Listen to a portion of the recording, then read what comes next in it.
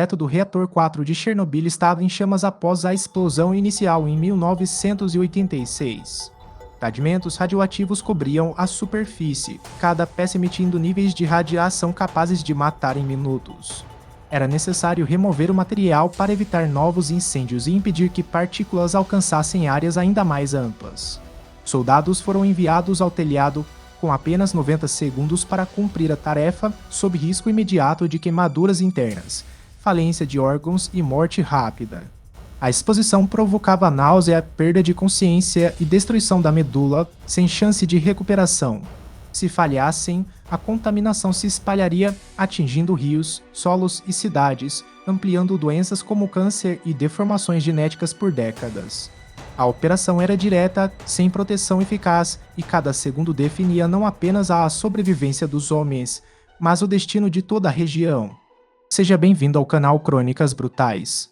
No vídeo de hoje, vamos ver como foi a limpeza do telhado do reator de Chernobyl, e o batalhão que enfrentou o risco sabendo das consequências mortais.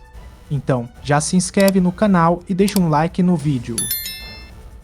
O teto do reator 4 ficou exposto a radiação elevada e poderia desabar, liberando material perigoso.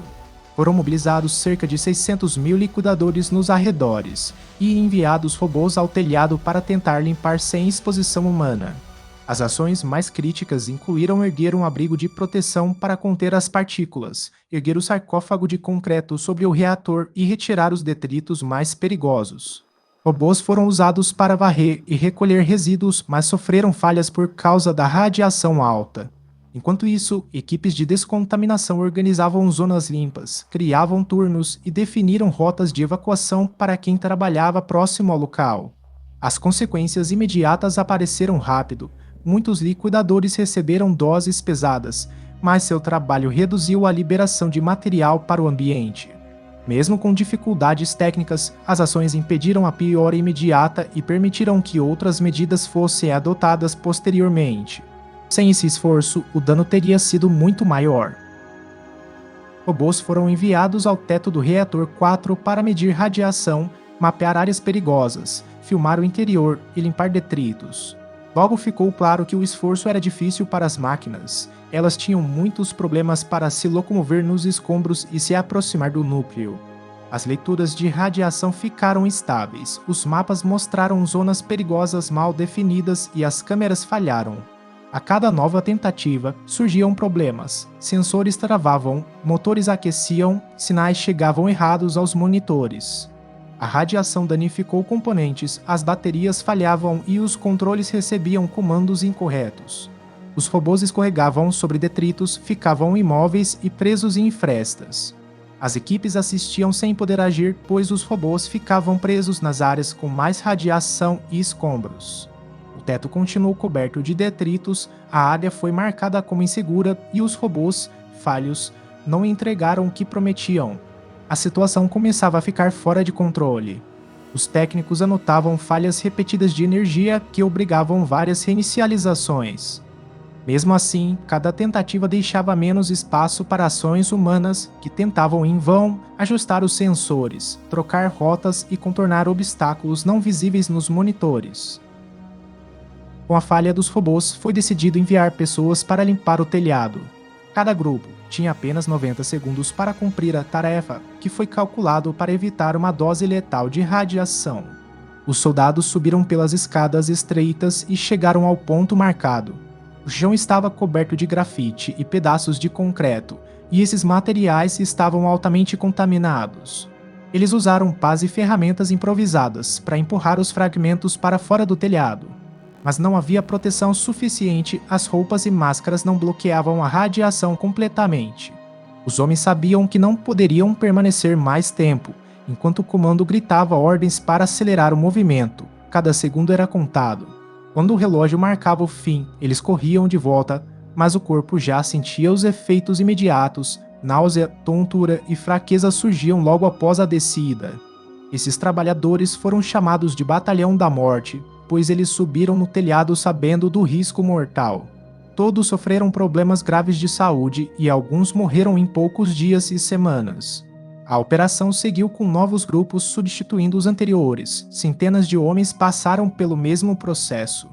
O telhado foi parcialmente limpo, mas o custo humano foi enorme, deixando marcas permanentes nos sobreviventes. Você pode descobrir as maiores brutalidades da história humana através do nosso documentário, no link da descrição. Dessa forma você também apoia o canal. Agora, voltando para o tema do vídeo, vamos ver os heróis que mergulharam na radiação. Durante a limpeza do teto do reator 4, os trabalhadores perceberam que havia risco de outra explosão. O combustível ainda emitia um calor intenso, e se a água usada para resfriar entrasse em contato com o material radioativo, poderia gerar uma nova explosão. Por isso, os engenheiros proibiram o uso de bombas de alta pressão. Em vez disso, enviaram mergulhadores equipados com trajes especiais para acessar o interior do prédio. Os mergulhadores, conhecidos como mergulhadores de Chernobyl, desceram por um poço de aço já corroído. Cada passo era monitorado por sensores que avisavam quando a temperatura subia demais. Quando um dos mergulhadores encontrou um bloco de combustível ainda aquecido, ele interrompeu a operação e enviou um sinal de alerta. O comando então decidiu fechar a ventilação e reduzir o fluxo de oxigênio, minimizando o risco de combustão. Graças à ação rápida dos mergulhadores e à decisão de parar o uso de bombas, o prédio não sofreu outra explosão. O desastre matou 2 pessoas na hora e feriu mais de 300 outras, que sofreram queimaduras graves por radiação. Nos meses seguintes, a contaminação espalhou-se para vilarejos vizinhos. Milhares de residentes foram evacuados, perdendo casas, empregos e familiares. A zona de exclusão ficou vazia, mas a terra ainda guardava o fogo invisível da radiação, que continuou a aparecer em alimentos, leite e água.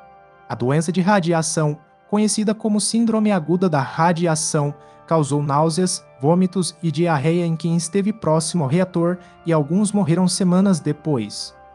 A longo prazo, surgiram milhares de casos de câncer de tireoide, principalmente em crianças que viviam na região. Problemas cardíacos e de sangue também aumentaram entre os trabalhadores da limpeza. Para conter o perigo, construíram um sarcófago, um enorme arco de concreto que envolvia o reator quebrado. Esse teto protegeu o meio ambiente, mas precisou ser reforçado várias vezes porque o metal enfraqueceu e rachaduras apareceram. Mesmo com o sarcófago, a radiação ainda escapava em pequenas quantidades, mantendo a área contaminada e limitando o retorno das pessoas. Por isso, em 2016, finalizaram a construção de um novo sarcófago para conter a radiação. A tragédia deixou marcas na saúde, na economia e na população por décadas. Após o desastre de Chernobyl, os jovens bombeiros e militares que trabalharam na contenção receberam uma medalha por bravura. A tarefa de limpar o teto do reator foi cumprida pelos heróis que tiveram coragem para andar 90 segundos sobre o inferno radioativo para remover os escombros letais. Muitos perderam a vida devido à extrema exposição à radiação, mas suas ações salvaram milhões de vidas e todo o meio ambiente do continente europeu. Obrigado por assistir até o final. Se puder, deixe um like, pois isso ajuda muito. Você pode descobrir os eventos mais importantes da Segunda Guerra Mundial acessando o nosso documentário no link da descrição. E agora, veja nesse próximo vídeo como era lutar de noite na Segunda Guerra Mundial.